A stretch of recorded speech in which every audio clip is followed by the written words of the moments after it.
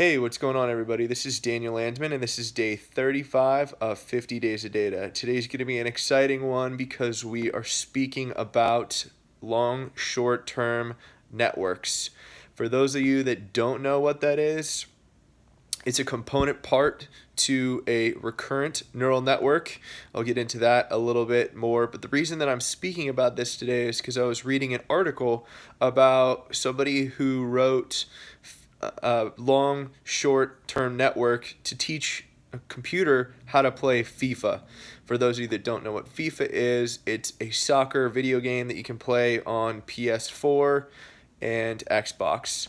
So to start, let's talk about recurrent neural networks. I'm not going to get into it very deeply, but essentially, they are ways that you can mimic the processing of human brains, supposedly, from a very high level. And from that, underneath the hood, inside of the recurrent neural network, you have to have processing layers which can help you, think about the data more effectively.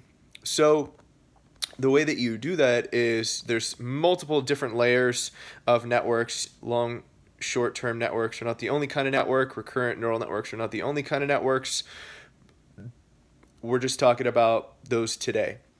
So when you're going to be thinking about this, I want to use a use case that I was reading about this morning, as I mentioned.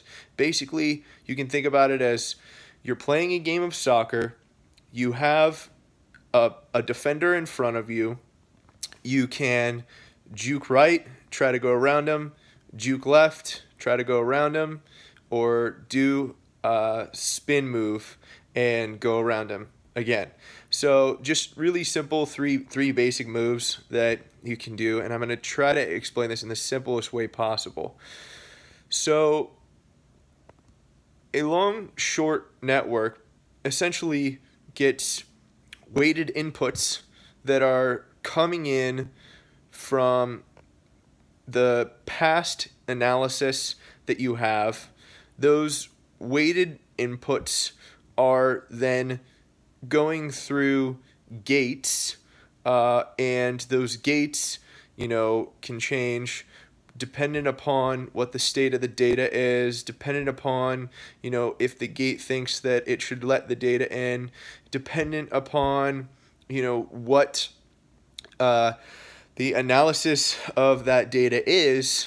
And then you also have the forgetting component of the gate. So you're asking, why do you want to forget data potentially? Well, when you're trying to train networks or figure out what data is best, sometimes it's better to forget stuff so that it doesn't skew the result. Obviously, it's an iterative process.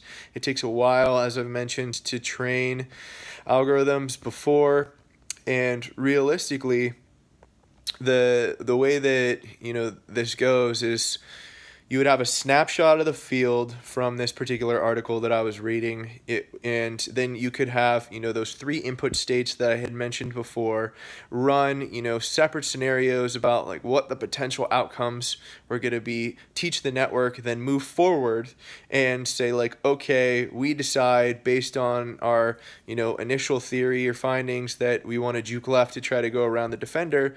Then that data would come out the other side, and then from there, you can redo the entire thing after you have that scenario. And you can theoretically run this many, many times and, try to figure out what the best situation maneuver would be from a statistical perspective.